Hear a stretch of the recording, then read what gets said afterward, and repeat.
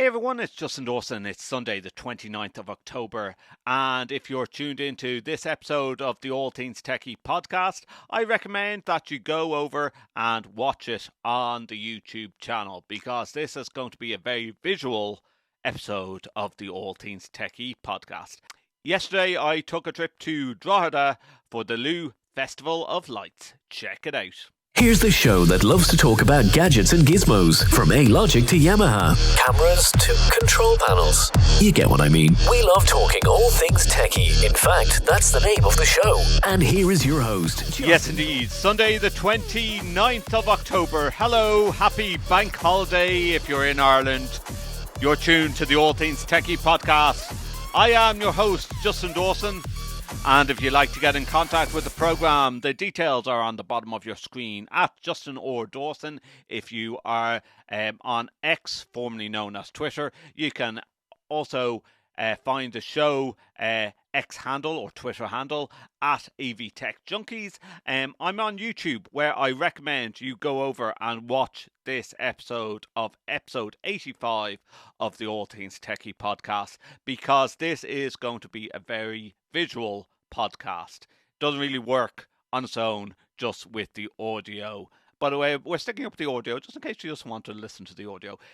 Taking place over this weekend and next weekend, the 27th to the 31st of October, and the 2nd to 4th of November is the Lugh Festival of Lights, and also taking place over Halloween. The Lugh Festival is a journey through time along the trail and discover the stories of the Boann, the Salmon of Knowledge, Amergin, the Gods of Newgrange, and many more. The illuminations focus on these magical stories that are rooted in the beautiful Boyne Valley region. Over the 8 days, stunning illuminations will light up Drogheda's Old Abbey, St. Peter's Church, St. Dominic's Bridge, the former Methodist Church Garden, and St. Laurence's Gate, using the latest digital technology, projection, sound and animation to weave a compelling tale of our mythological past.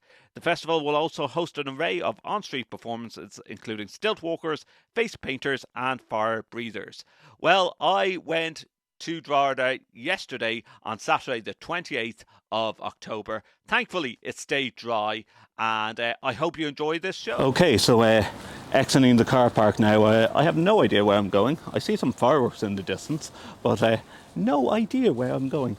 We're down at Scotch Hall at the moment, so we'll figure it out. I see some lights over in the distance. You can see behind me a load of lights. Maybe this could be the guiding point of where I'm supposed to walk to. In the background here, Drogheda Port. So I'm guessing I'm going that way into the city centre, and some castles and churches up that way, which I guess is going to be part of the Drogheda Festival of Lights. Actually, good to mention that this weekend the clocks change.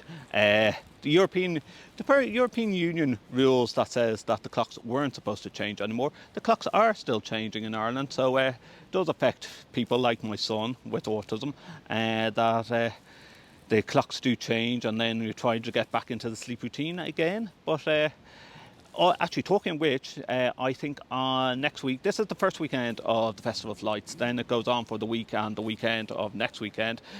So Tuesday, Halloween, of course, here in Ireland. But next weekend, or during the week, they have a sensory hour for autistic people, which is great to see.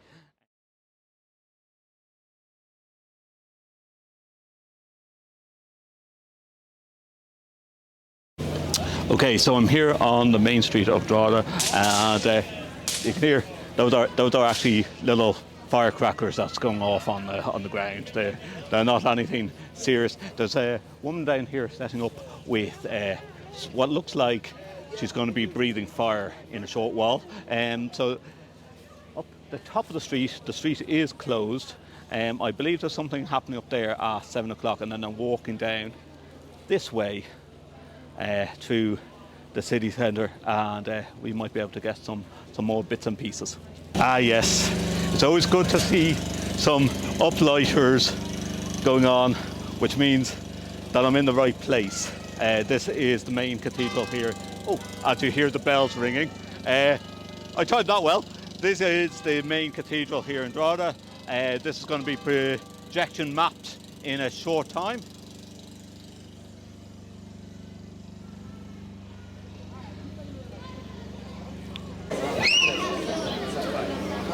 Okay, we've seen a flash of the actual projector, so obviously something's about to start. Just over a minute to go.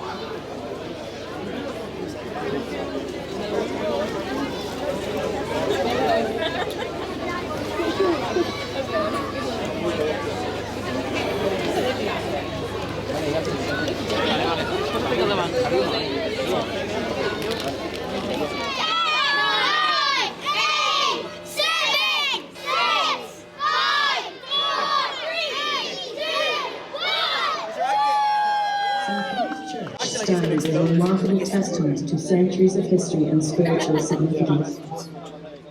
Dating back to its establishment in the 19th century, the church has been an enduring symbol of faith, community, and architectural splendor. Nestled in the heart of Drogheda, a town steeped in ancient heritage, St. Peter's Church has witnessed countless generations gathering in worship, weathering the storms of time by leaving an indelible mark on the cultural fabric of the region. From its humble beginnings to its present-day prominence, this sacred place stands as a captivating beacon of religious devotion and a living monument to the enduring spirit of Drogheda.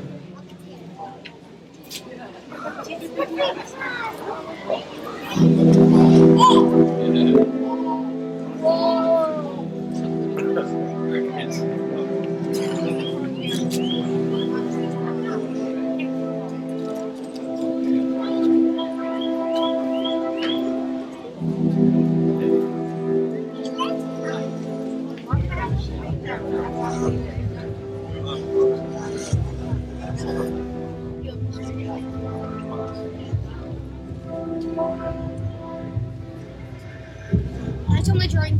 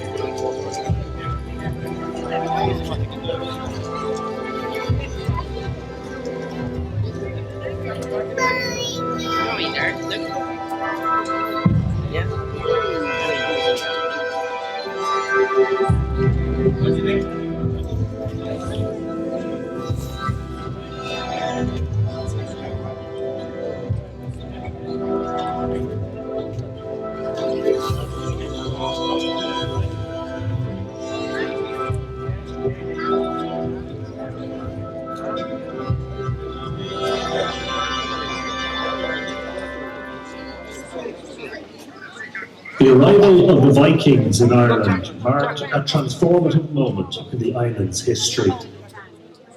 In the 790s, the Vikings raided Ireland for the first time. Early raids were sporadic and usually took place in the summer. With their seafaring prowess and formidable presence, the Vikings first set foot on the banks of the River Boyne in the 9th century.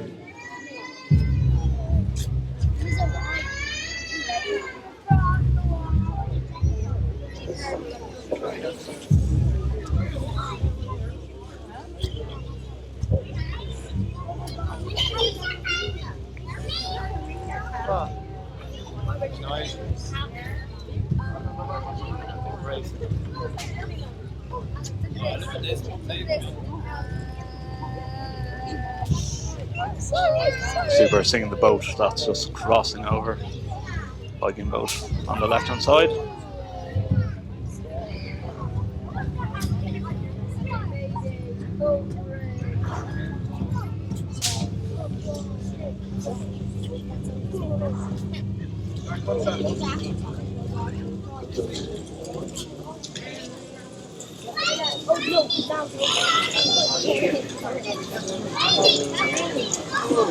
Leading to the cathedral, absolutely bursting into flames.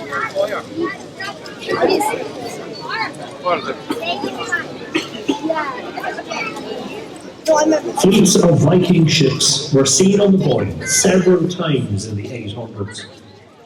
There was a substantial Viking settlement at Lindukal, the place now known as Amergin, which likely served as a base from which the Norsemen made their inland raids. Just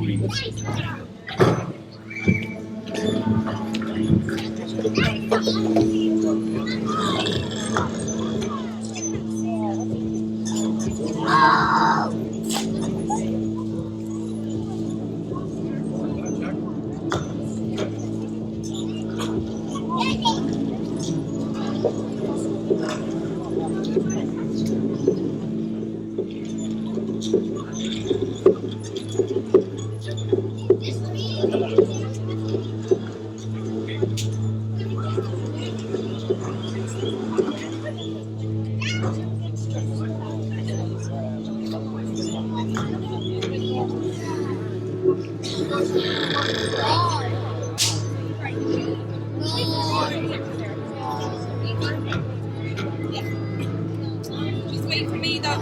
You don't want to lose you, okay? Good girl. Sorry.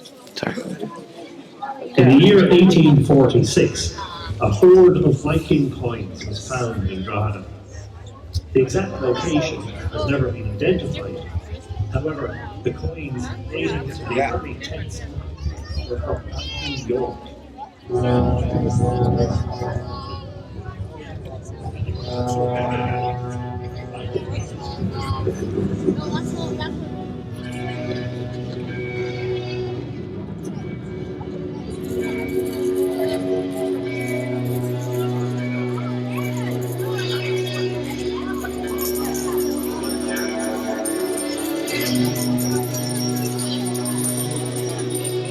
So all coins dropping down at the moment.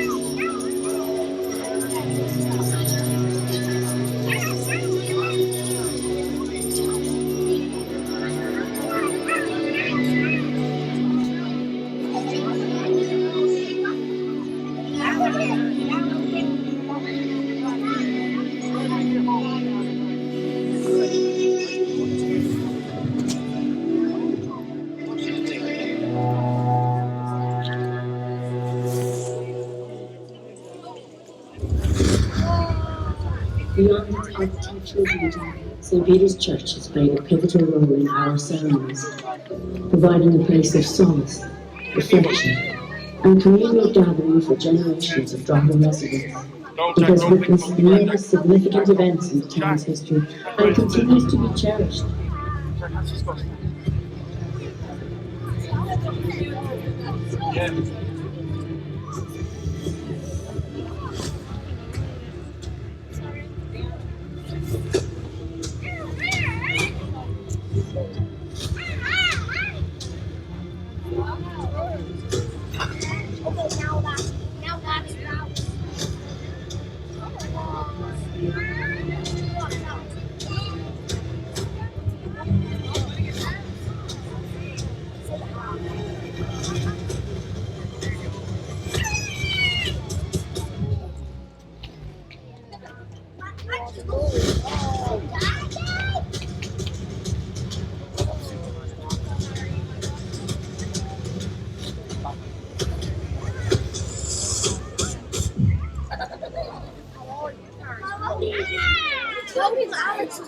So that was St. Peter's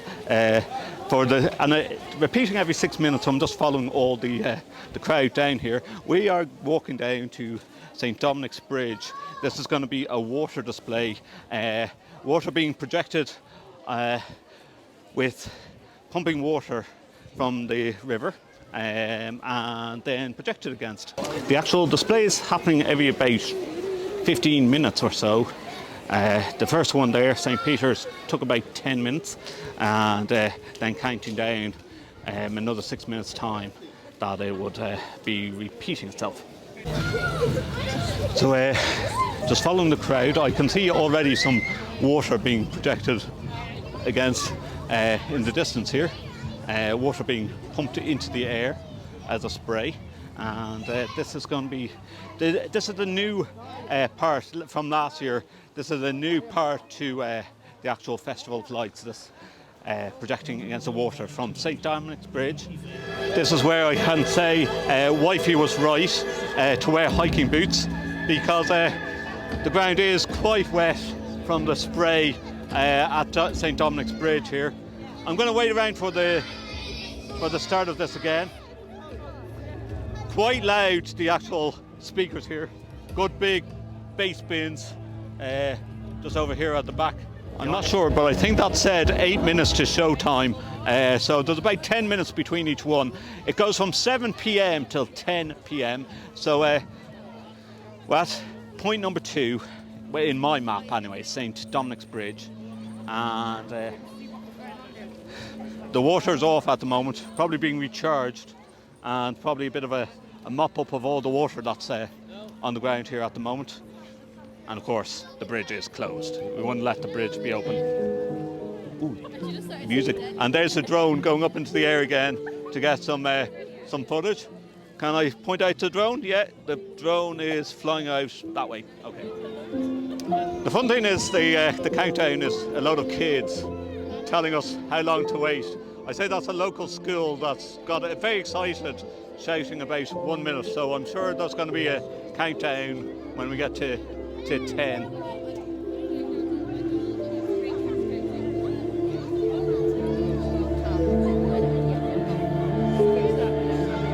Oh, here we go. Very impressive that this is actually mist that's being projected against, and you can see 20 seconds to go.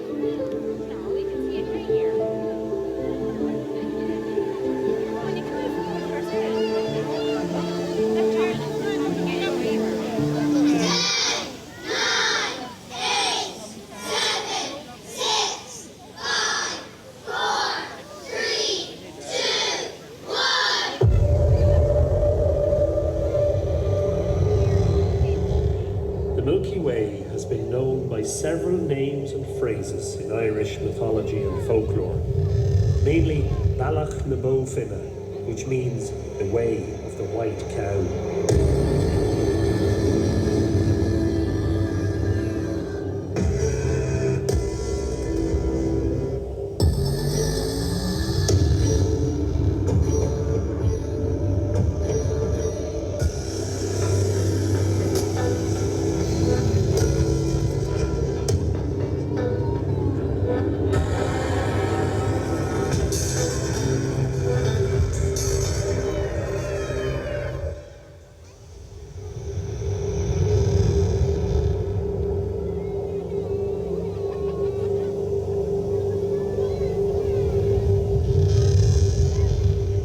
The mythical goddess Boyne created the Boyne.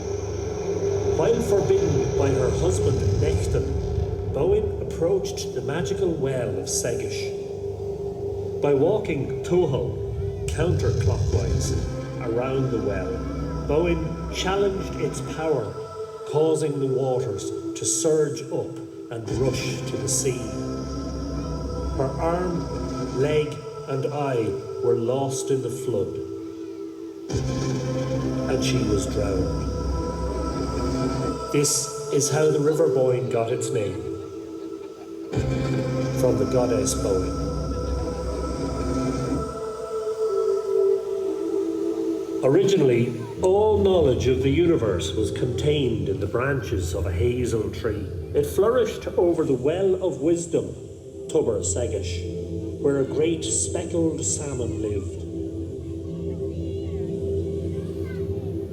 The salmon is said to have gained all the wisdom of the universe by eating hazelnuts that fell into the well.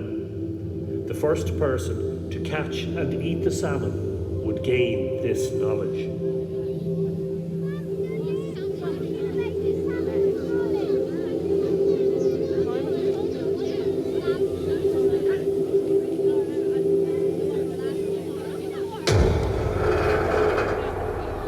The Mata is described as a strange beast in the Dinshanachus.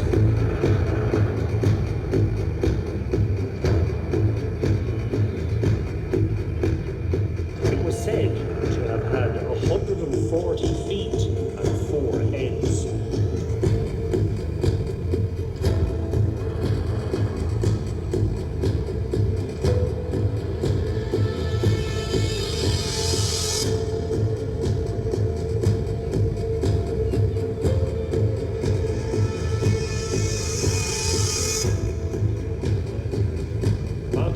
Was a great monster that could devour a man in armor.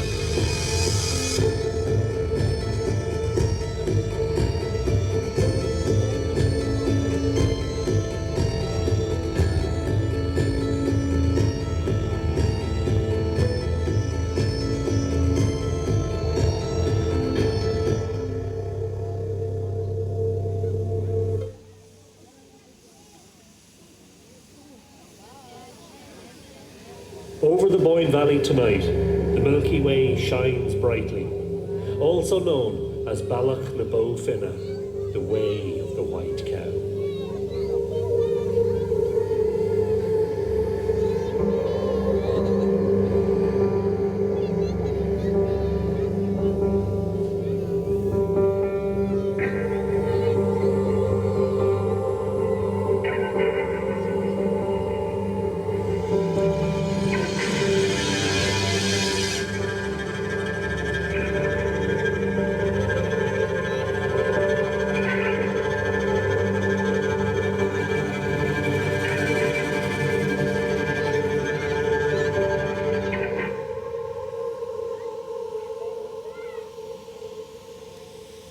There you go, from St. Dominic's Bridge, 7 minutes till next showtime. I'm going to try and get a bit closer here, if I'm allowed, because I want to show you what it was actually protecting against. There is a little device in the centre of the bridge there. It's a sort of a spherical, looks like a road sign, but that was doing the lights, and then water being projected over St. Dominic's Bridge. You can see that the bridge is soaking wet. Can't go any closer than that, but that's the way the technology works there on St. Dominic's Bridge. So I believe we're going up to the Old Abbey at the moment, and quite a crowd on the hill here as we try to get up a bit closer. We'll see what we can do. Attention all Irish audiovisual professionals. Are you ready to take your career to the next level? Look no further than AV Groupie, Ireland's ultimate online hub for audiovisual networking. Join a vibrant community of AV experts where you can connect, collaborate and create magic together, all from the comfort of your device. Whether you're a lighting wizard, a sound maestro, a visual effects guru or any AV enthusiast, AV Groupie is the place to be. Post your portfolio, exchange ideas, find exciting opportunities and stay updated with the latest industry trends. The power of networking is just a click away. AV Groupie, the network for Irish AV professionals. Visit avgroup.ie. My name's Oisin. I'm one of the directors from Visual Spectrum. We designed and animated and coordinated the production for the Lou Festival of Light. So it was myself and my partner Ryan. Ryan wrote a lot of the scripts and the soundtracks, and I managed the projection mapping, 3D animation, all of the rendering, and basically all of the technical infrastructure.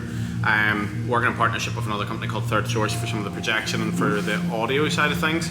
And then we have a team of 12 people delivering the production over the course of 5 locations. This is the second year of the Lou. This is the second. It's a fantastic. I'm living in Lusk. I came up just for tonight. Done 3 of the positions so far. Yeah. I'm torn between St. Dominic's and St. Peter's being the actual. How long of work-wise? We've been working on this for almost a year. Wow. Almost a year. And I suppose if you want to say that we've been working on it for 2 years, if you include the year 1, which broke the back of some of the St. Peter's work. Yes. So, for instance, in year 1 we 3D scanned the building using a LiDAR scanner. And then, obviously the workflow of then from that, then you built like 3D mesh with clean topology, so it comes in as a point cloud and then gets translated into like clean geometry, and then that's when the kind of work starts with the animation and stuff. So like in real terms, about 2.5 years probably so far to bring the project to life. Wow, and I hope now government grants and funding to do something of this size and nature. So this was a tender put out by Falch Ireland and Louth County Council. So so they'd support, they'd finance the project. What I love about this, because this is an international podcast, is the fact that like it's telling the stories of Ireland and around Drogheda as well. Would you ever think of doing anything, or have you ever heard of anything being done more in the Dublin city centre area? Certainly something that would be open to. Actually, with regards to the stories, we collaborated with a guy called Anthony Murphy, who runs a blog called Mythical Ireland. He'd be very good. Considered an authority on a lot of the mythical stories. So he acted as consultant with the development of the script, and he's actually been here tonight taking some photos and stuff. But he has been a real hero in terms of like total subject matter expert knowledge of the stories and like them being very central to the Boyne Valley region. So no, it's been good. So how much, like, this is going on this weekend and next weekend. Yep. How much setup time to do all this stuff and put all in place? So we've been here since Sunday. So almost a week. But a lot of site visits, like the water screen itself, because the Boyne is a tidal river, and the river moves up and down. Oh right, so that's going to be fun. There's a lot of risk management with regards to that, in terms of making sure that it's anchored appropriately, making sure that if there's debris that comes down the river, it's not going to affect. Of course, we had a storm last week, so that must have put a couple of things on. Well, it's all kind of managed within the risk assessment. We had like the Boyne River Rescue, I think that's their name, on site as well. So, you know, for the load in, for the load out, we had a rescue boat on site, you know, to make sure that everything was done properly. So there was a lot of planning with the water screen, a lot of planning even with regards to the power for the water screen, and then we're all of the water screen, because it draws so much power, and the council has a remit to stay on a green energy. It's using stage 5 generators, which is like lower emissions. So all thought out. I think it's a fantastic project. Congrats on it. You know, this is the type of things that should be in AV Awards. I'm sure you've heard of the AV Awards over in London. This is the type of thing. Listen here. This is the type of thing that I would even nominate this for. Well, thank you very much. Thanks a million for coaches. Once more, we're going to have a countdown. 30 seconds to go.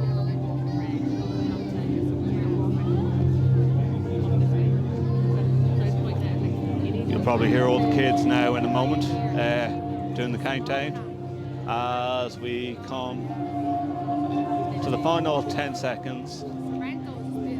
Here we go.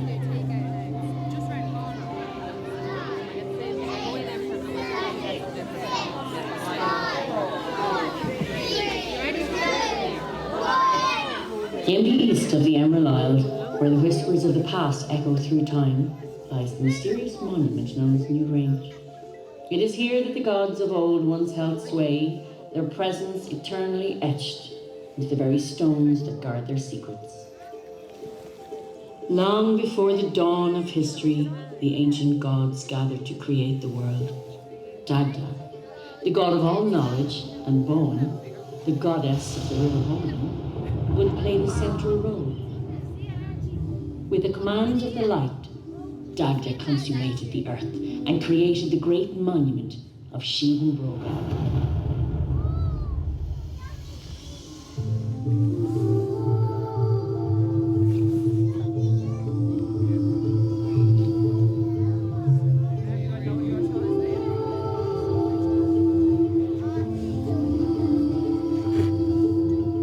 As guardians of the sacred knowledge, the Tuhilidanan entrusted Dagda with a mystical key forged from the essence of the earth and the sun. This key held the power to unlock the secrets of Newgrange.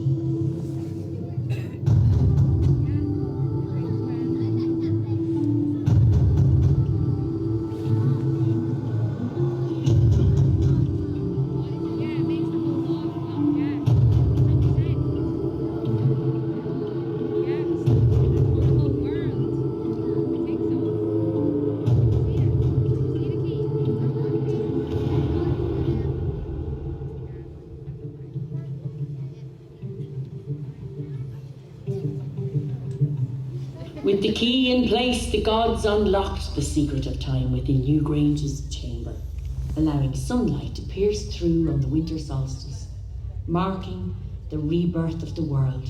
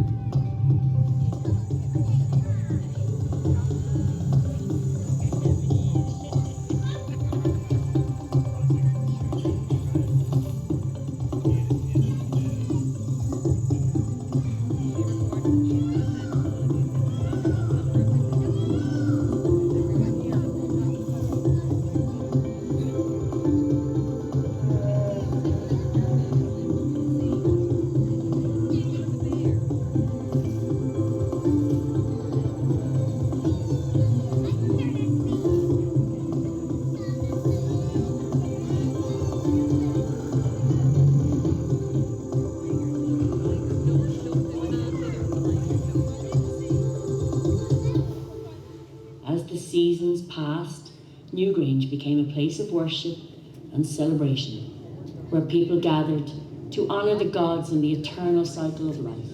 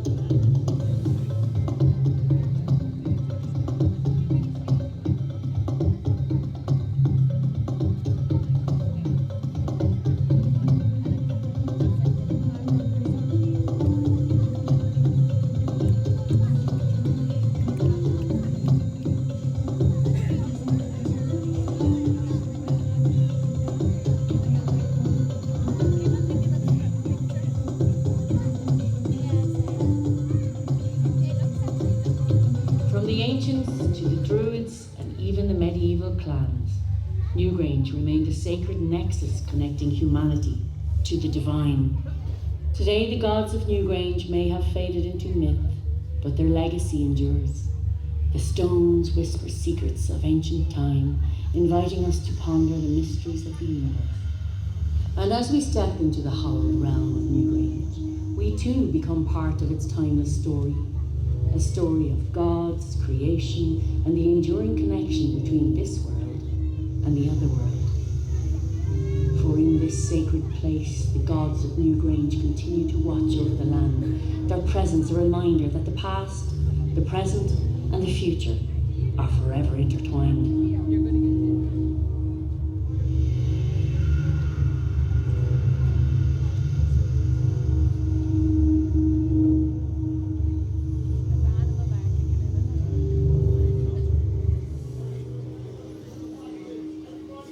So there you go, great to have an interview with Oisin, who is behind the makings of all this Lou Festival.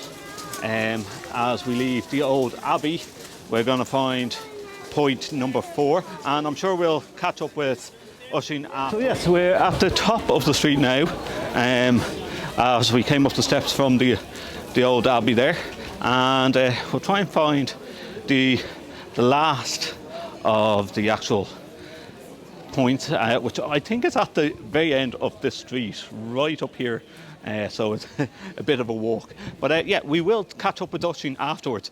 I said, as you heard, nearly a year and a half worth of planning. Yes, they did do it last year, but a couple of new spots, including the bridge that was added this year. And while off mic, he was explaining the actual computers, and I was looking at the mixing desks and the actual computers and the projectors that are working away. I didn't want to take up too much of his time because this is a live event that he's been planning out for the past year or more. But we will catch up with Oisin afterwards. There is people standing in the middle of the street here doing some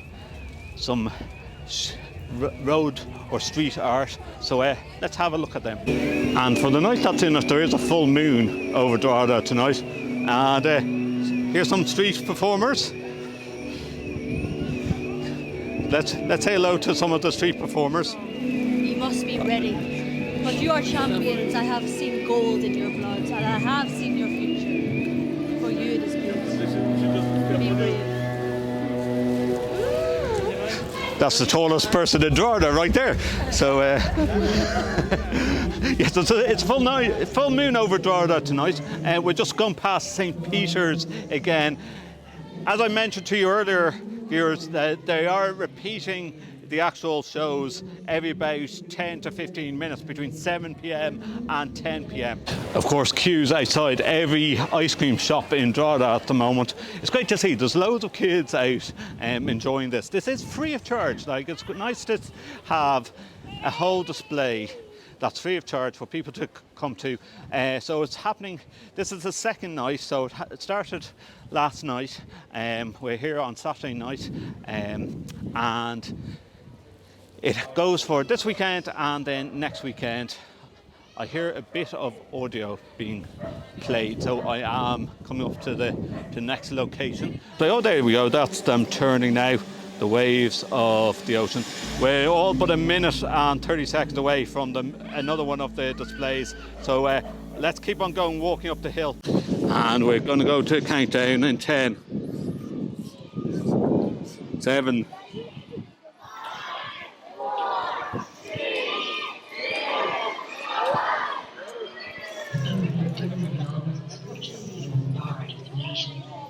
took Ireland from the Drogheda in an event scholars call the conquest of the gods by mortals. The Milesians were 8 brothers who were sons of the King of Spain, Nil España.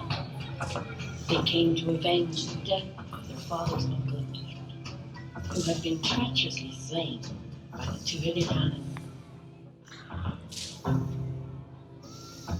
Upon their arrival in Ireland, it was Amergin the Bard who negotiated, first with the 3 tutelary or guardian goddesses. Banba.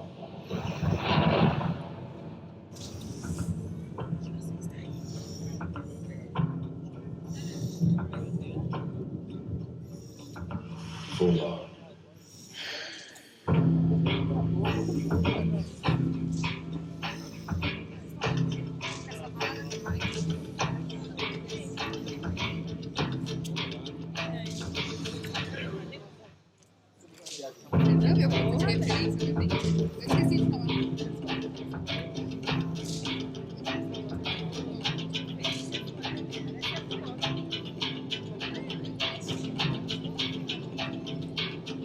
Allowing their names to become the names of Ireland.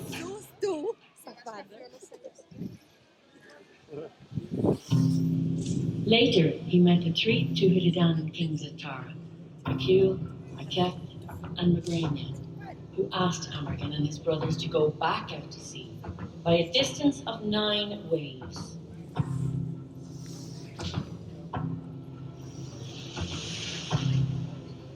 The Milesians and the Tuatha made an agreement that if they could make land again, they could possess Ireland. However, when Amergin and his brothers returned to the sea, the Tuatha used magic to raise a storm, scattering their ships. But Amergin miraculously calmed the sea and the waves by uttering a poem, and they eventually made land, but not before some of the brothers were killed. Amergin was the first to set foot on land at Invercolpa, where he chanted a poem. I am a wind on the sea. I am a wave of the ocean. I am the roar of the sea. I am a powerful ox. I am a hawk on a cliff.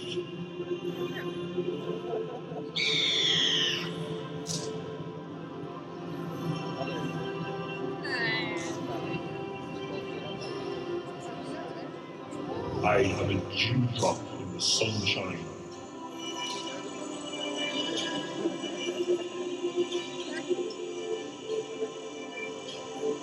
Who but I knows the place where the sun sets? Who but I knows the ages of the moon? What land is better than this island of the setting sun? Because of his beautiful poetry, Amergin was said to have been the first poet in Ireland. He was also an astronomer with knowledge of the movements of the sun and moon. The nation defeated the Tuatha Dé Danann at the Battle of Tailshoe, and at Drumline. After this, the Tuatha Dé Danann retired to the Sheed Mounds and Hollow Hills of Ireland, leaving the surface land to be inhabited by the Milesians.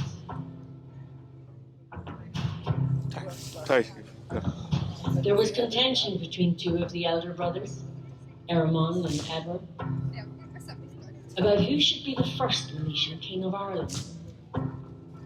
Amergin was the arbitrator of this matter and decided that Eramon should rule the northern half of the country with Eber ruling the south.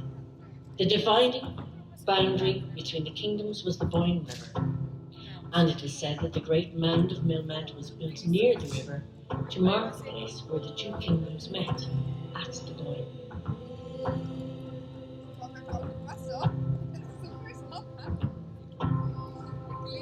After a year, a row broke out between the two rulers, and they fought to the death, Eramon killing Eber. As the new sovereign of the entire island, Eramon, along with his wife, Chia, established his seat of kingship at the hill of Tara.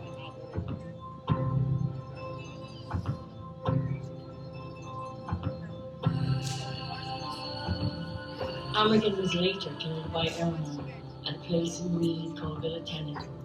The warrior bard Amergin is said to be buried overlooking the Boyne, beneath the great mound of Millment that stands high over the town to this day.